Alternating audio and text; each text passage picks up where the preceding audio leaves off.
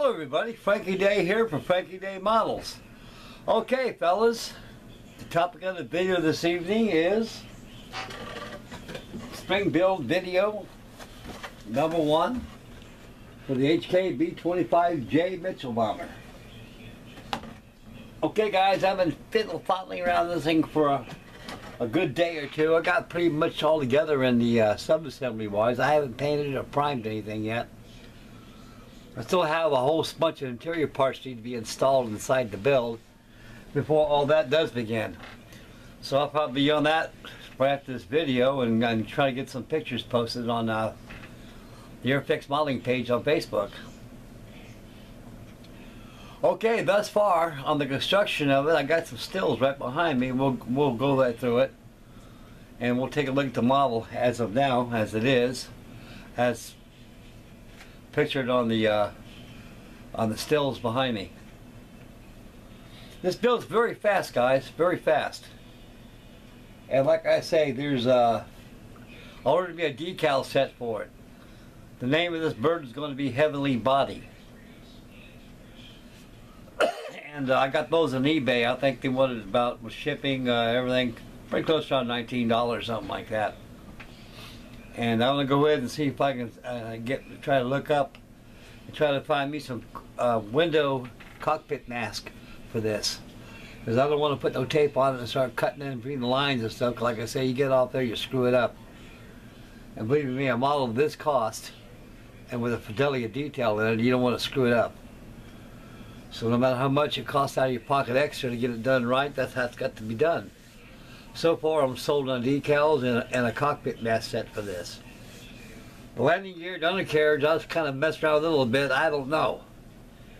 Getting on the subject of the undercarriage of these large 1/32 scale kits from HK Models and also Walnut Wings and Hobby Boss. I don't understand their way of thinking when they start making the undercarriage for these large 1/32 scale multi-engine aircraft. I mean, they have a great weight value behind them, and plastic ain't gonna hold up a heavy structure. I mean, the structure should be out of white metal or something. As a technical note on the Hobby Boss 1/32 scale B-24, I went ahead and ordered the brass landing gear set.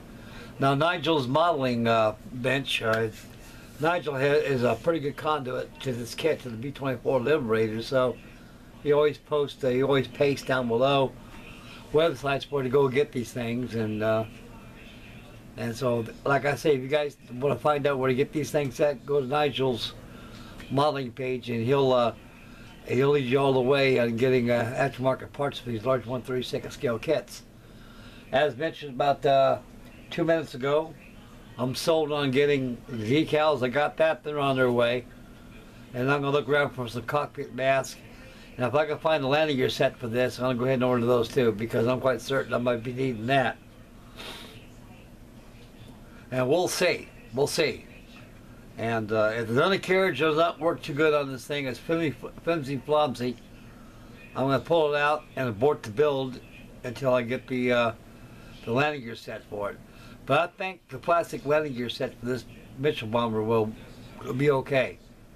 You just got to be careful. You want to bop this thing. This thing is very big. It's very big.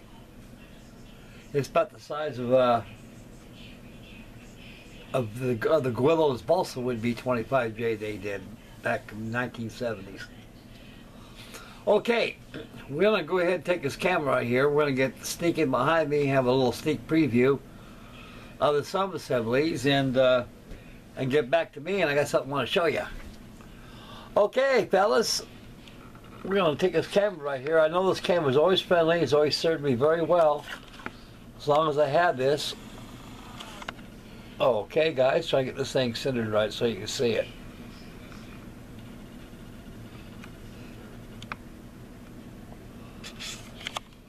There we go. Okay guys, right here I got the subs, I got the cockpit all done. There's a lot of parts on the control console right here. We got your throttles, quadrants, also your prop pitch controls, You got your flap controls, trim tab wheels and everything, and also your seats. There's a lot of parts on that that's still not done. These have not been primed yet. I got the tail gun assembly back here, and this is where the top tip behind the cockpit's at. And this is a little bicycle seat where he sits on, and I imagine his legs hang down somewhere, and he peers through the scope and kind of turns it around and everything. And so I got a lot more sub-assemblies to do with this thing, so this is about as far as I got on it so far, and be more work in progress, so I'll be getting on some more stuff on it tonight. Okay. The next few, you can see them. I put them right here, nice neat where you can see them. I got the tailplane all done, no fuss there. And I got the fuselage all together. The fuselage goes together very well. Now these big old tongue and grooves, see these tongues right here? They're molded in the fuselage, and they're very, very, very strong. And right here you got the K, which the wing slides through. Once you slide that wing through, you got it's like the Revell. No, it's like that of the Monogram B-17. Once you slide that wing on, then you got to push on against the fuselage wing root and slide it back this way. It'll lock, because that key will go straight right in the wing, and as it passes through the wing, you take the wing and push backwards, and it will lock and go nowhere. Then you want to take them to storage, push this way, the wings will come off, you can store them. Like I say, on this fuselage, I'm going to paint and finish this whole thing in its entirety by itself, less the wings, but of course the horizontal stabilizer and the tail feathers got to be glued on here, but which one was no problem. But as a fuselage unit by itself and the wings, they can be done individually in the painting schedule as you progress. Okay, let's see here. Here's me holding the fuselage. It's a big airplane, guys. It's big. You know, I looked at this thing as I was holding this, and I had a flashback going back in the 1960s when I was in the service. I went to a hobby shop and bought an Aurora gasoline-powered B-25. It was all chrome. And I think it was powered by 2 Tornado 60 engines, gas engines. This B-25 here is probably pretty much the same size as that Aurora one. And also pretty much the same size as the Gorillas get to as well. No matter how you sum it up in comparison with other kits, guys, this is a beautiful airplane. This is a definitive B-25. I've had a lot of B-25s in my life and built a lot of them, but this is pretty much spot on. They must have obtained a blueprint or something on this thing. I mean, I can't find any flaws other than put white metal for the landing gear and then give you more decal options, which is, I think, that's the only thing I didn't like about this model at first is you don't give you very much options on the decals. They force you to try the aftermarket deal, but it is what it is, guys. You know how it is, fellas. Okay, next one. With another view of it right here. Fuselage fit very flush. Now you remember, was on the sprues, on the joining edges of these fuselage halves, you got those little pips. Those pips got to be cut off with a blade into that file board there. Sand flush. Never use sandpaper. Always use a file board. Remember, like old Frankie Day said, a fellow who uses sandpaper with his fingers leaves the mark of an amateur. Next slide. See how this Doolittle special will look now. Yeah, there she is again, from this view here. And I got it's not glued together, guys. I just taped it together. This is all dry fit, because I got all the sub assemblies done on it. And we'll move on. Here I am, holding my B-25. The wings are locked in, like I told you. You plug right inside the fuselage sides, and you grab the leading edge and the trailing edge, and you push back towards the rudders, and those wings will go pop. When they go pop, they're locked. Ain't going nowhere. Nowhere. This plane is very strong, and it's a tad heavy too as well. So I just hope his landing gears will support this thing. These Asian companies, people make these things, they should have enough foresight, enough to know to start reinforcing their big 1/32 scale bombers with white metal landing gear. Because these things are heavy, guys. You know they're heavy. And all it takes is a little bop by accident, you snap that landing gear strut and you've had it. You gotta glue it. And once they break once, most of the strength is gone. So the decision's got to be made. Either chance it out by using the kit's landing gear, or go ahead and get yourself a metal landing gear set, and you know you've got a strong landing gear. And I think I'm going to be headed that way too, guys, before I get too far into construction of this Mitchell. Anyway, there's Smiling Jack right there holding his Mitchell up. I'm very happy. I love this airplane. It's probably one of my favorite. Old Popcorn has always been my favorite. There she is, laying there on that roll of tape right there. Another perspective view. Detail's pretty good. Detail's pretty good there. I got some fuse wire to use. I'm going to start putting some wiring in there. You'll see that as I build this thing along. So right now I got all these sub-assemblies I'm building, and once all these sub-assemblies done, guys, I'm going to go ahead and take this thing apart and take a fuselage apart and start putting the inside interior details in there. Get this thing primed, painted, get the interiors done, and start popping in the sub-assembly interior parts. Then we'll have stills on that and live videos of it too. Okay, so what if I got any more? Oh, that's it, boys. That's it right there. It's time to swing the old camera back to me again.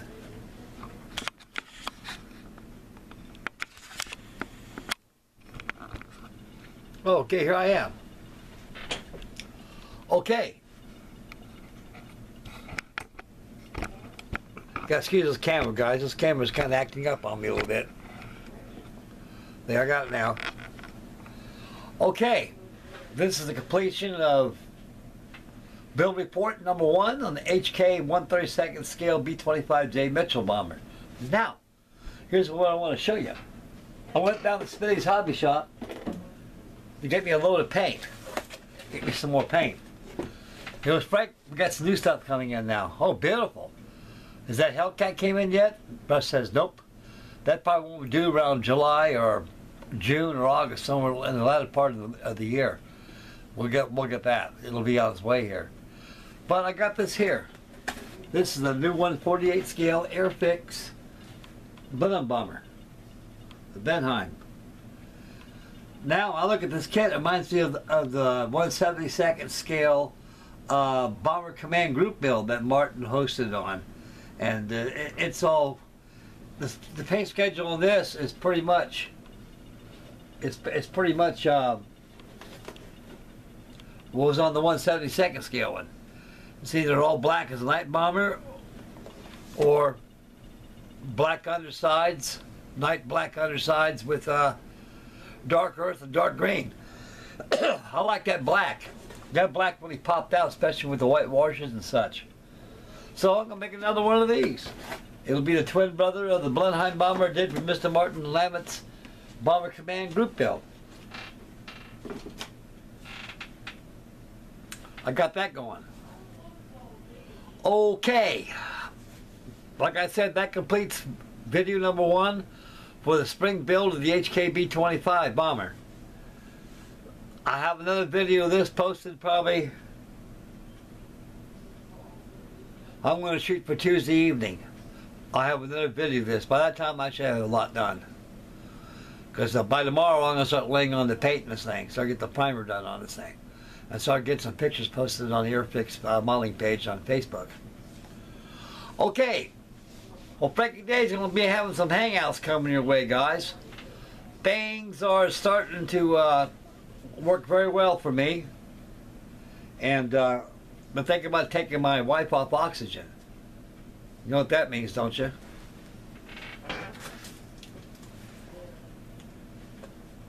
Ah, yes.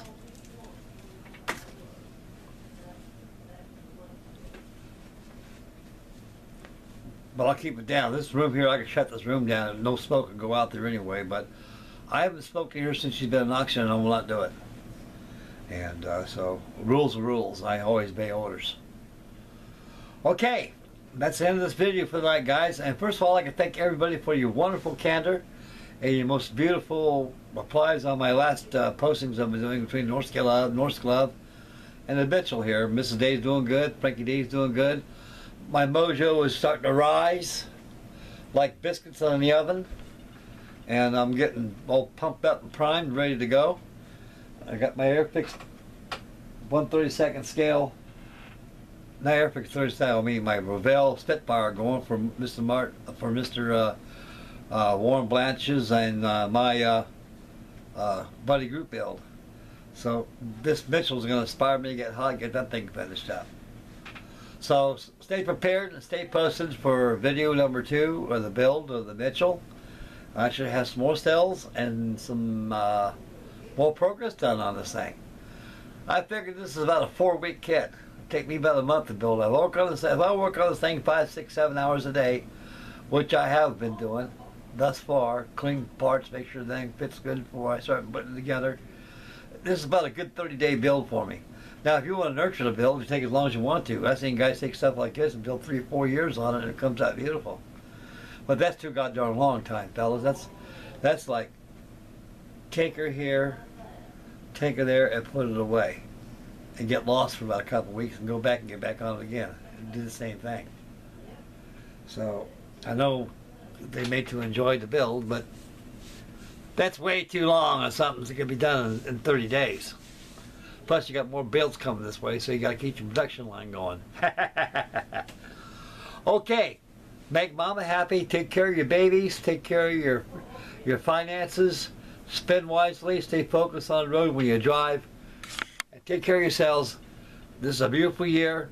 Everything is going good. We have the weather's starting to break outside, for promoting outdoor activities in general and other things you can do. Buy a model, sit down, enjoy, build on, build strong. Frankie Day signing off for Frankie Day Models. You guys take care of yourself, fellas. God bless you guys. I love you guys. Take care, boys. God bless you, man.